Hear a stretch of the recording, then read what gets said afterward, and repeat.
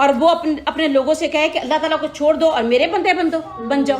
تو یہ جو تم نے حضرت عزیر علیہ السلام کو اللہ کا بیٹا بنا لیا، حضرت عیسیٰ علیہ السلام کو نصارہ نے بیٹا بنایا، تو یہ خود سے گڑی ہوئی باتیں ہیں، اللہ کے علم میں ہیں.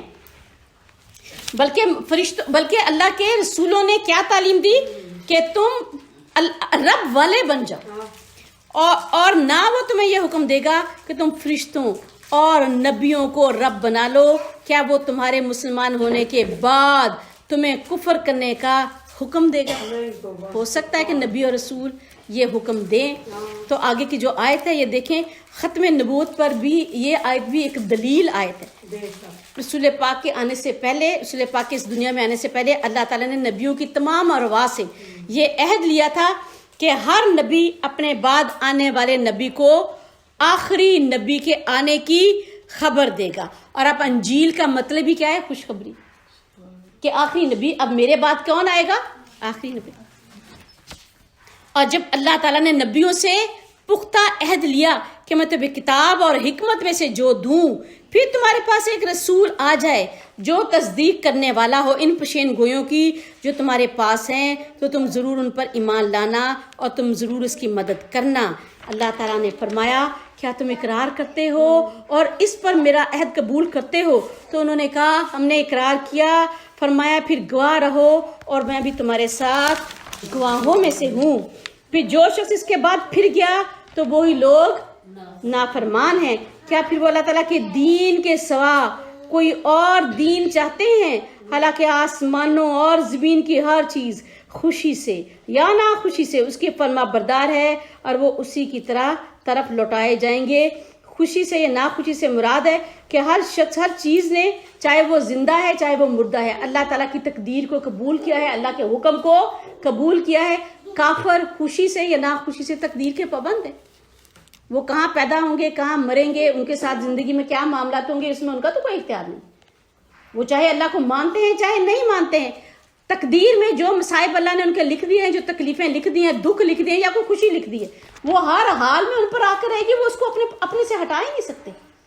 گویا تقدیر کو خوشی سے یا ناخوشی سے ہر حال میں ہر مخلوق نے قبول کیا ہے اور وہ اس کو قبول ہی کرنا پڑے گا.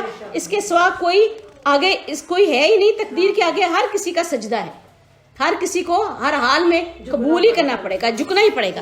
آپ کہہ دو کہ ہم اللہ تعالیٰ پر ایمان لائے اور اس چیز پر بھی جو ہمارے اوپر نازل کی گئی، اور اس چیز پر بھی جو ابراہیم اور اسماعیل اور اسحاق اور یعقوب اور ان کی اولادوں پر نازل کی گئی، اور اس پر بھی جو موسیٰ اور عیسیٰ اور تمام انبیاء کو ان کے رب کی طرف سے دی گئی. ہم ان میں سے کسی ایک کے درمیان بھی فرق نہیں کرتے. یہی وہ وعدہ ہے نا جو ہم نے سورہ البقرہ کی آخری 2 آیات میں کیا ہے کہ ہم ان میں سے کسی ایک میں بھی فرق نہیں کرتے. یہ فرق کیا تھا یہود اور نصارہ نے کہ ہم ان میں سے کسی ایک میں بھی فرق نہیں کرتے اور ہم اسی کے لیے فرما بردار ہیں. اور جو شخص اسلام کے علاوہ کوئی اور دین تلاش کرے گا تو وہ اس سے ہرگز قبول نہ کیا جائے گا اور وہ آخرت میں نقصان اٹھانے والوں میں سے ہوگا. اور اللہ تعالیٰ کیسے ان لوگوں کو ہدایت دے گا جنہوں نے اپنے ایمان کے بعد کفر کیا اور انہوں نے گواہی دی کہ یقیناً یہ رسول برحق ہے اور ان پر واضح نشانیاں بھی آ چکی. یہ گواہی ہم نے عالم ارواح میں بھی دی اور اس دنیا میں بھی آنے کے بعد ہمارے دل نے اور حق کو معلوم کر کے یہود و نصارہ نے اپنے دل میں تو یہ گواہی دی، لیکن دنیاوی فائدے کے لیے اسے پھر گئے. اور انہوں نے گواہی دی کہ یقیناً یہ رسول برحق ہے اور ان کے پاس اس کی واضح نشانیاں بھی آ چکی، اور اللہ تعالیٰ ظالم قوم کو ہدایت نہیں دیتا. ایسے لوگوں کی سزا یہ ہے کہ یقیناً ان پر اللہ تعالیٰ کی، فرشتوں کی اور سب لوگوں کی لعنت ہوگی اور اس میں وہ ہمیشہ رہنے والے ہوں گے. نہ ان سے عذاب ہلکا کیا جائے گا اور نہ ان کو کوئی مہلت دی جائے گی، مگر جن لوگوں نے اس کے بعد توبہ کی اور اپنی اصلاح کی تو یقیناً اللہ تعالیٰ بخشنے والا، رحم کرنے والا ہے. یقیناً وہ لوگ جنہوں نے اپنے ایمان کے بعد کفر کیا پھر کفر میں بڑھتے ہی گئے تو ان کی توبہ ہرگز قبول نہ کی جائے گی. یہی لوگ گمراہ ہیں. یقیناً جن لوگوں نے کفر کیا اور اس حال میں مر گئے کہ وہ کافر تھے تو ان میں سے کسی ایک سے زمین بر سونا بھی قبول نہیں کیا جائے گا.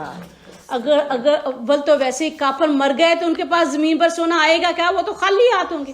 مثال کے طور پر اللہ نے کہا کہ زمین پر سونا بھی ان کے پاس ہوگا، وہ دیں گے کہ کسی طریقے کے ساتھ ہمارے گناہ معاف کر دیں، تو کچھ قبول نہیں کیا جائے گا. اور اگر جب اسے فدیہ میں دے دیں، یقیناً یہی لوگ ہیں جن کے لیے دردناک عذاب ہوگا اور ان کے لیے کوئی مددگار نہ ہوگا. اللہ کے رسول صلی اللہ علیہ وآلہ وسلم نے فرمایا جس شخص میں 3 باتیں ہوں گی تو وہ ایمان کا مزہ پالے گا، اللہ اور اس کے رسول کی محبت اسے سب سے زیادہ ہو جائے، اور وہ اللہ کے لیے دوستی کرے، اللہ کے لیے دشمنی کرے، اور نمبر 3 کفر میں واپس جانا اس کے لیے ایسے ہی ہو جیسے آگ میں جانا. وآخر دعوانا ان الحمدللہ رب العالمین.